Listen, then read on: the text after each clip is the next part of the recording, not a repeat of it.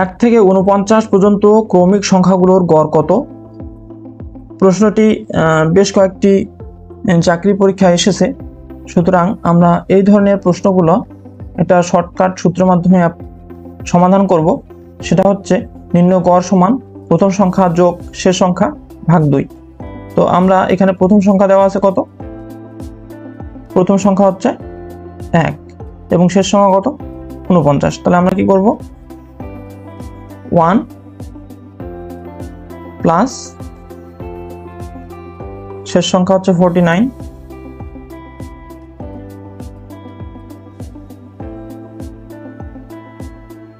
Divided by কত? 2। তাহলে আমরা যদি 1 এবং 49 যোগ করি তাহলে পাচ্ছি হচ্ছে 50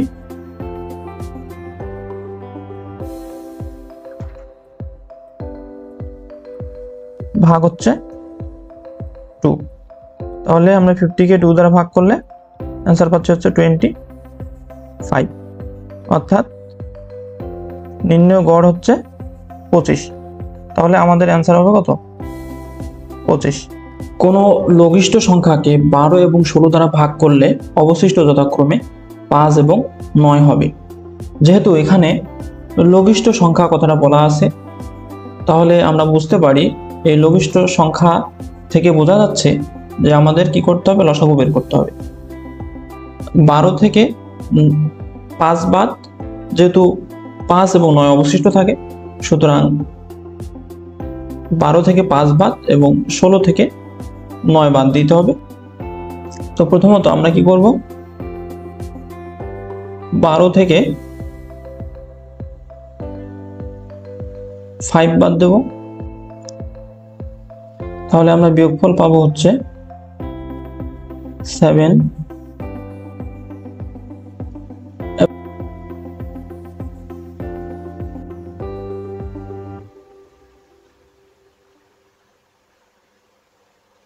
16 থেকে যেহেতু 9 অবশিষ্ট থাকে পরের সংখ্যাটি, আমরা 9 বাদ দেই, তাহলে পাবো হচ্ছে 7। অর্থাৎ প্রতি ক্ষেত্রে কি অবশিষ্ট থাকে? 7 অবশিষ্ট থাকে। তাহলে আমরা যদি 12 এবং 16 এর লসাগু বের করে যে লসাগু পাবো সেই লসাগু থেকে আমাদের 7 বিয়োগ করে ফেলতে হবে, তাহলে কিন্তু আমরা সেই লঘিষ্ঠ বা ক্ষুদ্রতম সংখ্যাটা পেয়ে যাব। তো আমরা এখন 12 এবং 16 এর লসাগু বের করি। তাহলে আমরা যদি 2 দ্বারা ভাগ দেই তাহলে পাবো হচ্ছে 6 এবং 16 কে 2 দ্বারা ভাগ দিলে পাবো হচ্ছে 8 এবং আমরা যদি 6 এবং 8 কে 2 দ্বারা ভাগ দেই তাহলে পাবো হচ্ছে 3 এবং 4। ওকে, আর তাহলে আমরা এখানকার যদি লসাগু বের করি, লসাগুটাকে আমরা এলসিএম দ্বারা প্রকাশ করি।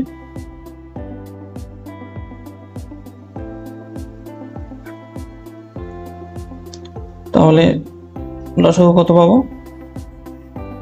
এখানে যে 2 দুইটা, তাহলে 2 গুণ 2 3 একবার এবং 4 আছে একবার। আমরা যদি সংখ্যাগুলো গুণ করে ফেলি তাহলে গুণ করলে কিন্তু আমাদের লসাগুটা বের হয়ে আসবে। তাহলে 3 এবং 4 গুণ করলে হচ্ছে 12, 12 দ্বিগুণ 24 এবং 24 এর দ্বিগুণ হচ্ছে 48। তাহলে আমরা লিখব হচ্ছে 48।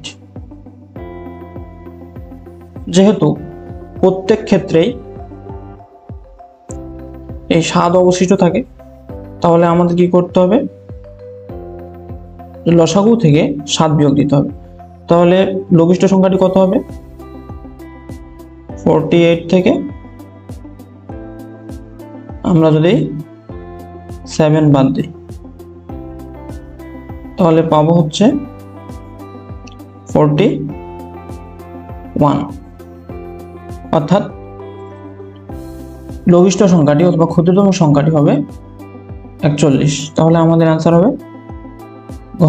আরেকটি প্রশ্ন লক্ষ্য করি, যদি তেলের মূল্য 25% বৃদ্ধি পায় তবে তেলের ব্যবহার শতকরা কত কমালে তেল বাবদ ব্যয় বৃদ্ধি পাবে না? প্রশ্নটি এসেছে 36তম বিশেষ পরীক্ষায়। তো এখানে তেলের মূল্য যদি 25% বৃদ্ধি হয় তাহলে তেলের ব্যবহার আমরা কি পরিমাণে কমালে ব্যয়টা আগের সমান হবে, অর্থাৎ ব্যয় কোনো বৃদ্ধি পাবে না, সেটা আমাদেরকে বের করতে হবে। এক্ষেত্রে আমরা একটা শর্টকাট সূত্র অ্যাপ্লাই করব, সেটা হচ্ছে মূল্য বৃদ্ধি গুণ 100 বাই হচ্ছে মূল্য বৃদ্ধি যোগ 100। তো যদি এই বৃদ্ধি পাওয়া এই অংশটা দেওয়া থাকে তাহলে কিন্তু আমাদের এই যে সূত্রটা আছে সেটা আমাদেরকে ব্যবহার করতে হবে। আর যদি এখানে হ্রাস পাওয়া অথবা কমে যাওয়া থাকে তাহলে জাস্ট আমরা নিচে এই যে 100 থেকে মূল্য বৃদ্ধিটা বিয়োগ করলেই আমাদের অ্যান্সার চলে আসবে। যেহেতু এখানে বৃদ্ধি পেয়েছে সুতরাং আমরা মূল্য বৃদ্ধির সাথে 100 যোগ করে দেব। তো এক্ষেত্রে আমরা মানগুলো বসাই দেই। মূল্য বৃদ্ধি কত? 25 তাহলে আমরা এখানে লিখব 25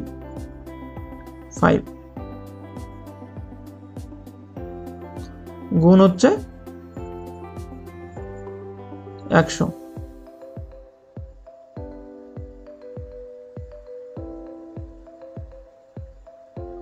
ডিভাইডেড বাই মূল্য বৃদ্ধি কত? 25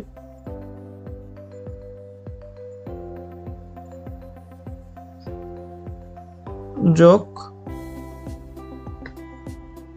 100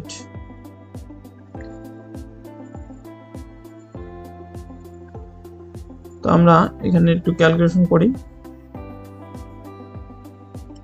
তাহলে কত পাচ্ছি?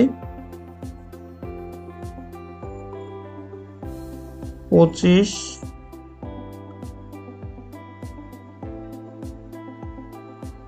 গুণ 100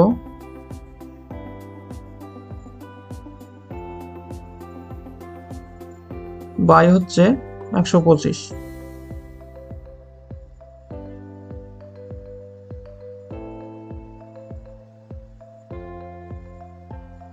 তাহলে আমরা যদি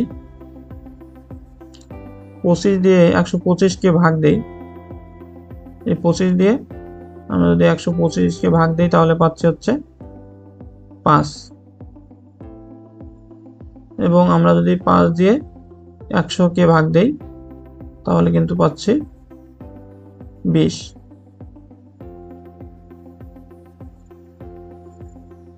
এবং তার সাথে আমরা পার্সেন্ট যুক্ত করে দিলেই আমাদের অ্যান্সার চলে আসবে। তাহলে আমাদের অ্যান্সার হবে 20%, অর্থাৎ উত্তর হচ্ছে খ। তো এই ধরনের বৃদ্ধি পাওয়া যদি দুইটি সংখ্যার অনুপাত 3:5 এবং একটি সংখ্যা 36 হলে অপর সংখ্যাটি কত হবে সেটা আমাদেরকে বের করতে হবে। তো প্রশ্নটি বিভিন্ন চাকরি পরীক্ষায় এসেছে। তো আমরা এক্ষেত্রে অনুপাতটা লিখে ফেলবো। অনুপাতটা দেওয়া আছে 3:5, তাহলে আমরা লিখে ফেলি 3:5। তাহলে এখানে কিন্তু দেওয়া আছে একটি সংখ্যা 36, তাহলে 3 এর কত গুণ 36? 12 গুণ 36। তাহলে আমরা এখানে লিখব 36, অর্থাৎ প্রথম সংখ্যাটা আমরা 36 ধরে নিলাম। তাহলে 3 এর কত গুণ 36? 12 গুণ, অর্থাৎ 3 এর 12 গুণ 36। তাহলে অবশ্যই যে পরের সংখ্যাটা হবে অর্থাৎ অপর সংখ্যাটা হবে সেটাও 5 এর 12 গুণ। তাহলে 5 গুণ 12,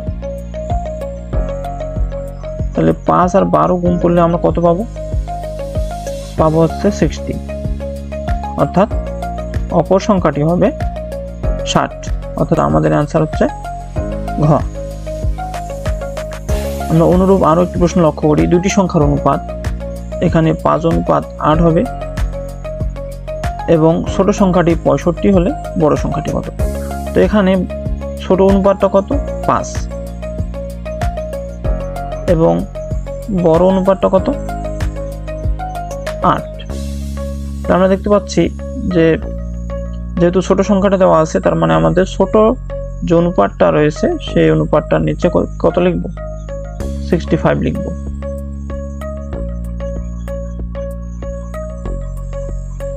আমরা দেখতে পাচ্ছি 5 এর কত গুণ 65, 5 এর 13 গুণ 65।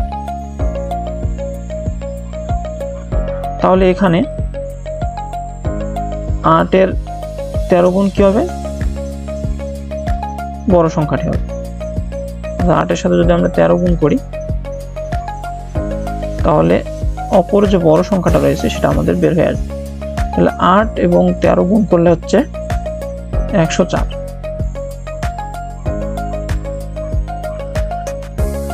তাহলে আমাদের অ্যান্সার হচ্ছে খ।